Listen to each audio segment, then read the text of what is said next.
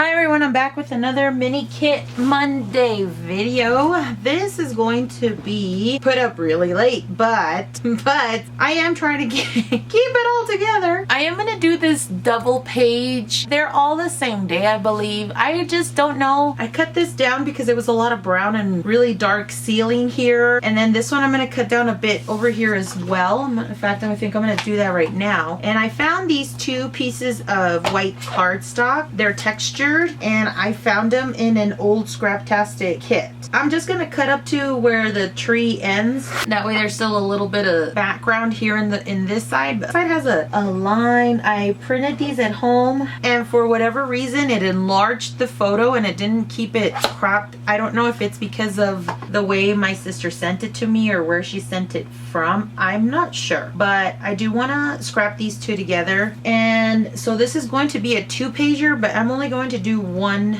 layout here because I owe you guys layout Mini Kit Monday 3 and 4. So this will be, I'm just laying out the plan. I know this is going to be a 2-pager, but it'll be in 2-part videos. And then I'm up to date with my Mini Kit Monday videos. I don't know that I have any inspiration right now. I like scrapbooking, and once that happens, or like why not, once I'm started, I know that I can come up with something, but right now I kind of feel like my mind's at a blank. And so maybe I can try and give myself a time challenge, but those never fare well.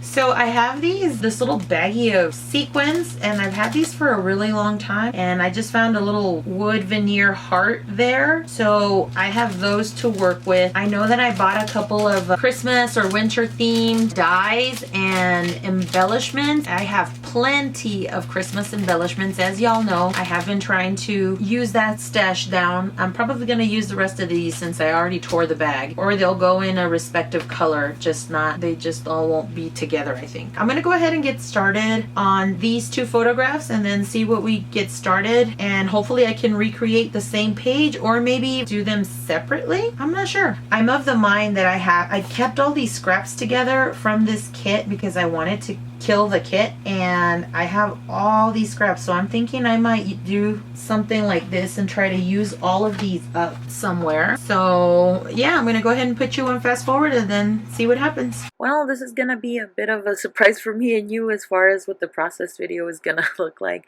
I at first wanted to start off with these black strips that have the holly leaves and the flowers themselves. I really love this little strip of paper, and I actually don't remember if I end up incorporating them or not.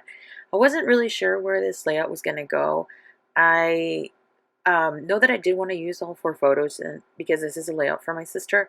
And as soon as I put these two together, I was like, okay, I'll work on this side since I started with the opposite end of the page. And I thought I was going to make 2 videos with this. It doesn't end up being that way. I just end up making them all together. I am using this Oh Dear piece of paper from Fancy Pants. I do like the candy cane striped look, and I wanted some of that color, especially since the photographs are a lot of red and white and black elements in there. I did want to incorporate these 2 colors. I have a lot of issues with just using white background. I think it's just something that I'm not used to doing because of the fact that I'm always using pattern paper backgrounds for my layouts. I went ahead and used the back side of that candy cane striped paper to back my photos it's a double mat with white paper, or the back side of a pattern paper, and then that green paper, which is the other side of that candy cane stripe. So I do end up using these little strips of the black paper. I think these are from Simple Stories, and I really like these strips. I wish I had more of this paper. I think I did do a couple of layouts with this pattern paper in bigger pieces, and these were just the last bits, the last extreme bits of what I had left. So like I had mentioned before, I didn't know where I was going with this video, or the layout really. I didn't know what kind of shape it was going to take. I didn't know if I was going to hand cut Christmas elements or what have you, and anything really would have been fine. But I had a lot of these printables, I guess, and most of these are from, on this page anyway, are from Heidi Swapp. And then the rest on the left-hand side of the page are going to be more from, more cut aparts from all of the Christmas paper pads that I have.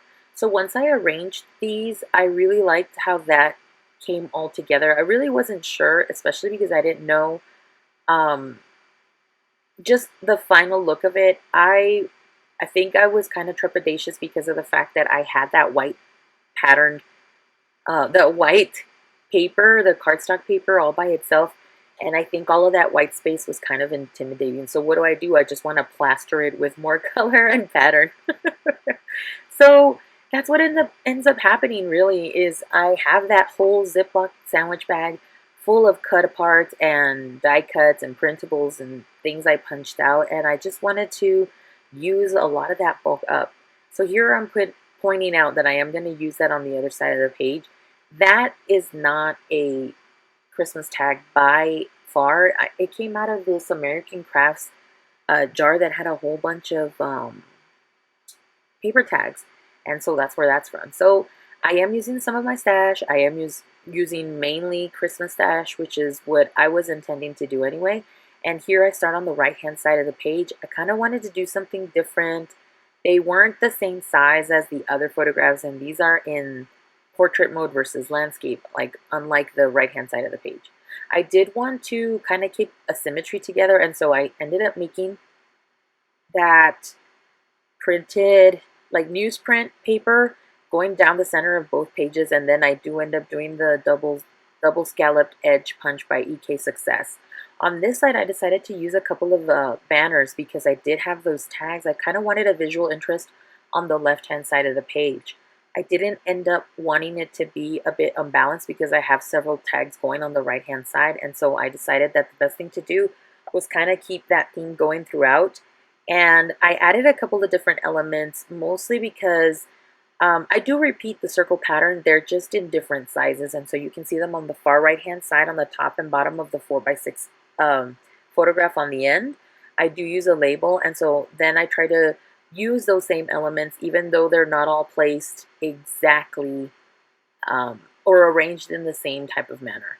So even though I am doing the same repeating elements, it looks completely different. Like if I put these two pages separate from each other, they would look like individual layouts, but they all go together as well because they do have repeating elements on both sides of the page. So that's something that you can try and do. I hope you enjoyed this video. Don't forget to check out the other Mini Kit Monday, ladies. I know this is so late. I apologize, but I am getting it out there, and I do hope you enjoyed this process nonetheless. Thank you so much for watching. Give me a thumbs up, subscribe if you haven't already. Leave me a comment. I love hearing from you all, and have a great day wherever you are. Bye!